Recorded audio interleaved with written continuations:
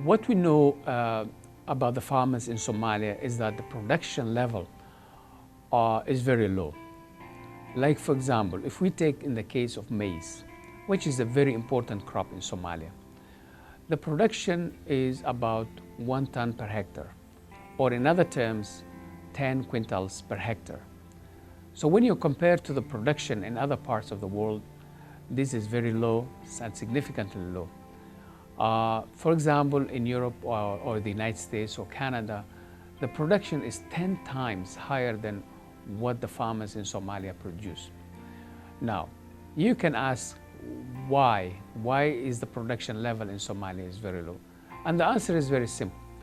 I mean, the seed materials that are used are not to the standard of producing high yield.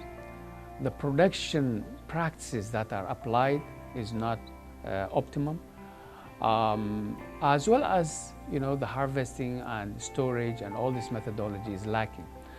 So basically, what we're doing in the technology center is basically borrowing off-the-shelf technologies that are readily available and applying it directly into the technology center. And for example, now that we have identified that phosphorus and nitrogen are deficient in the soil, and there are a lot of studies that are done worldwide showing the implication or the impact of this technology.